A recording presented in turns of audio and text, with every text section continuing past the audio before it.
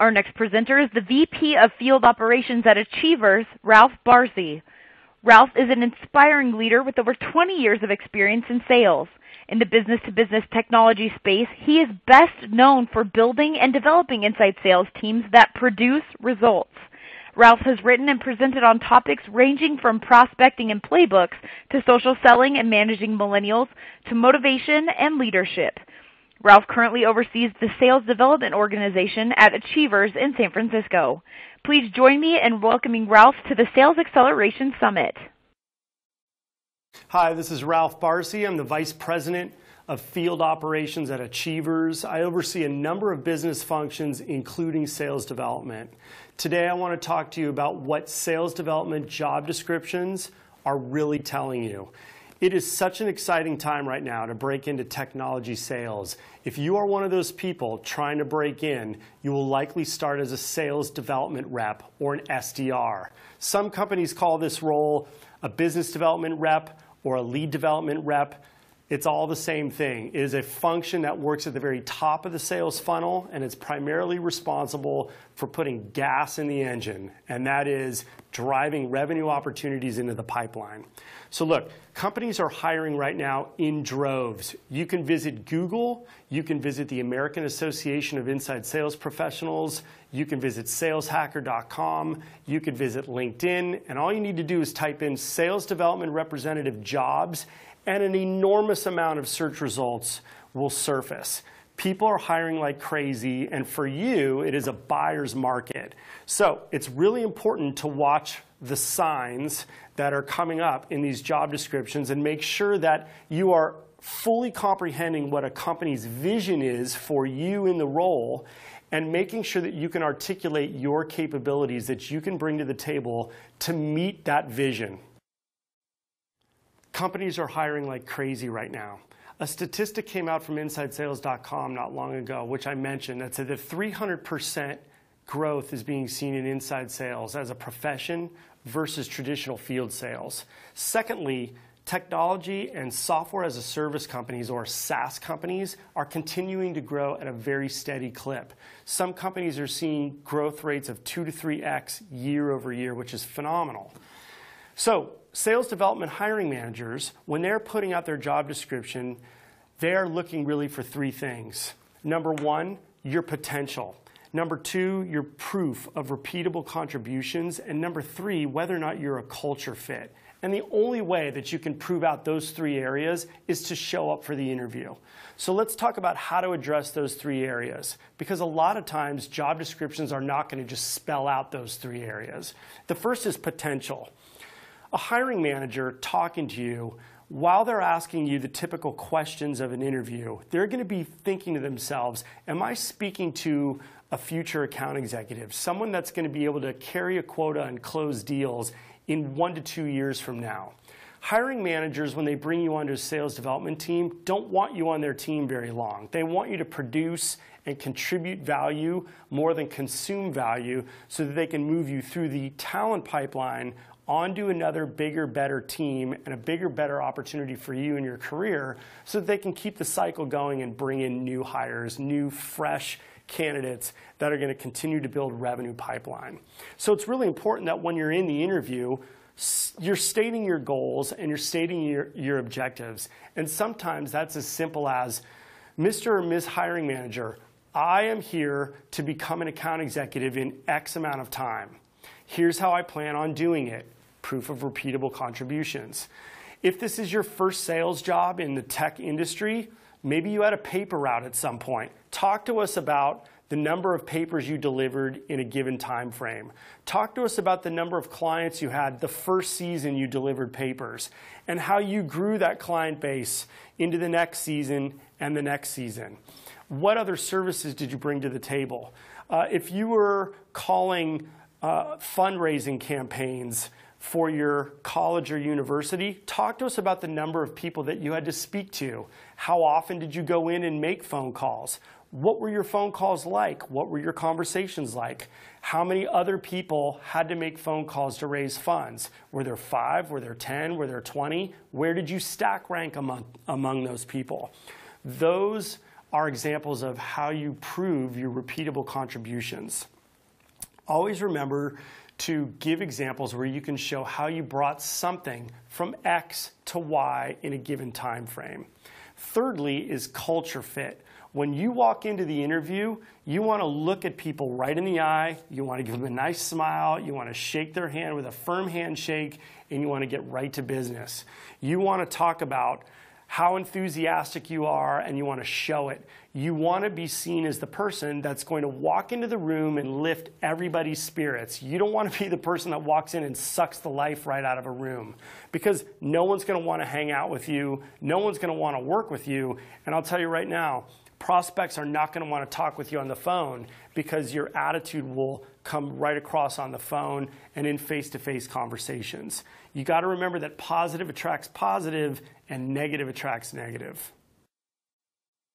As I mentioned earlier, job descriptions will tell you precisely what companies and hiring managers need out of sales development reps.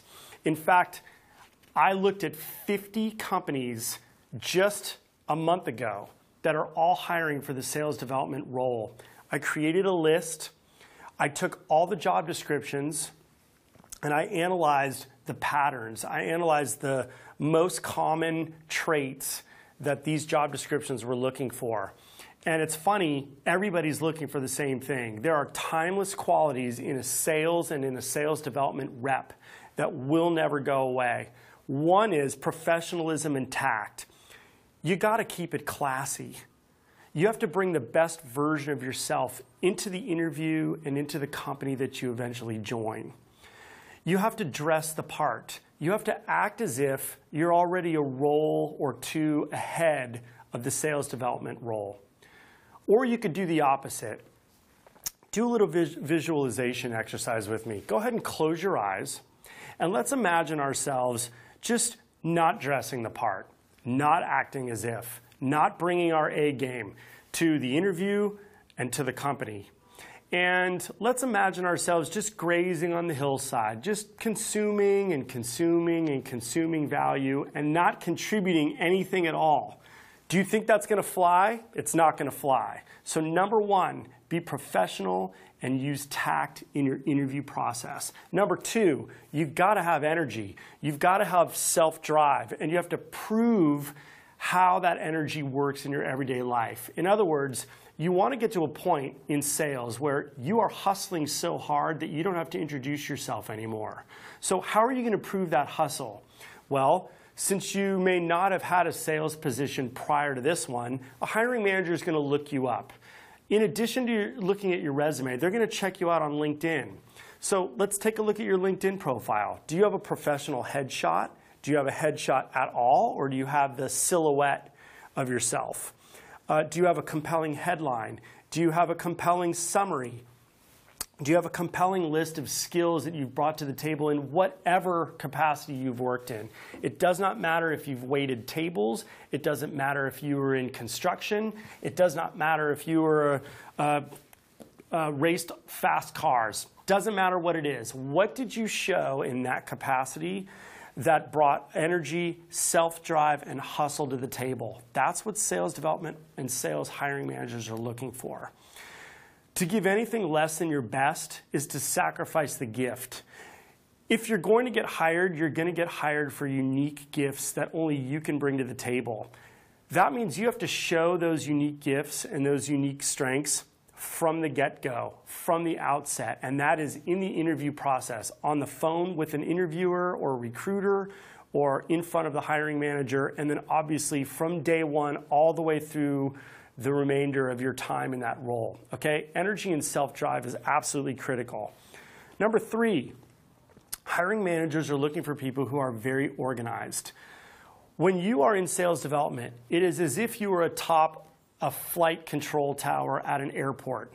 There are planes coming in the form of inbound leads, and there are planes going out in the form of outbound prospecting into target accounts. You, at the helm in the flight control tower, have to be able to orchestrate the incoming flights and the outgoing flights, and you have to do it with precision. and you have to do it efficiently. And the only way you're going to do that is to set order before there is confusion. You do that by being organized. Talk to the hiring manager in the interview about how you leverage Evernote, how you use Google Drive, how you frame up your week or your month or your quarter. Actually print out or show the hiring manager your calendar on how you manage your day, because they are looking for someone who has their act together from soup to nuts. They don't want to bring somebody in. They will certainly invest time in onboarding you and training you on the company culture, on the offering, on the people that buy from your company, but they don't want to walk you through every single day how you're going to come in the morning, what time you're going to be there, what time you're going to leave. So you're going to have to exhibit how you're already doing that in your everyday life. Another timeless quality is exceptional communication skills. You have to nail verbal and written communication skills. Best way to demonstrate that is face-to-face in the interview. You have to talk concisely. You have to show examples. You have to have the self-awareness to know when it's time to be quiet and when to listen, and when it's time to ask questions. And when you ask those questions, refrain from yes/no questions. Instead, ask open-ended questions. Tell me about the candidates that have been interviewing these last several weeks. How has the process gone? How have they fared against how I've done today in our conversation? What are you looking for in those reps? Talk to me about the reps on the floor today. Who are the best reps? What qualities have they exhibited in this role? What has gotten them to the next level? How fast has it taken or how slow has it taken for them to get there? Those are open-ended questions. All of those put together equal the final most common trait, which is passion.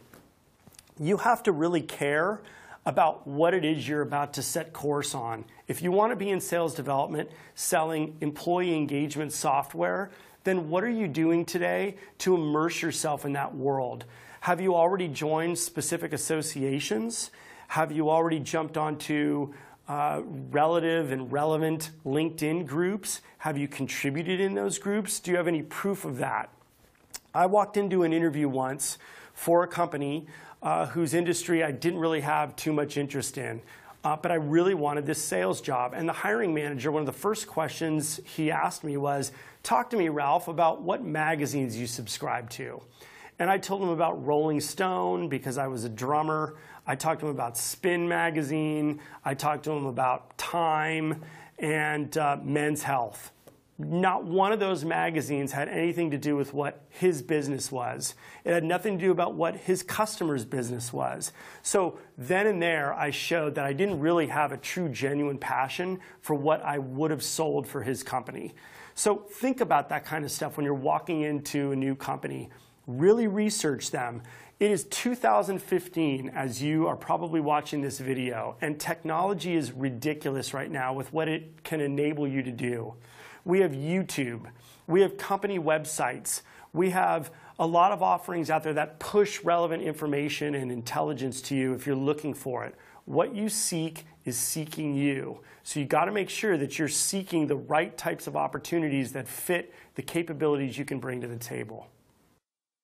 If you are interested in breaking into technology sales, you're likely going to be an SDR. So make sure that you Google all the companies that you actually have a passion for, that do what you want to do, that sell what you see yourself selling.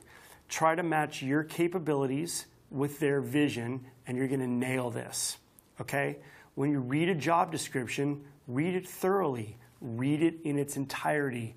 Look for all the signs. Look for the timeless qualities that these companies are asking for, and look for the required responsibilities that they will have of you in this role, and make sure that you're prepared to discuss them. Opportunities are everywhere.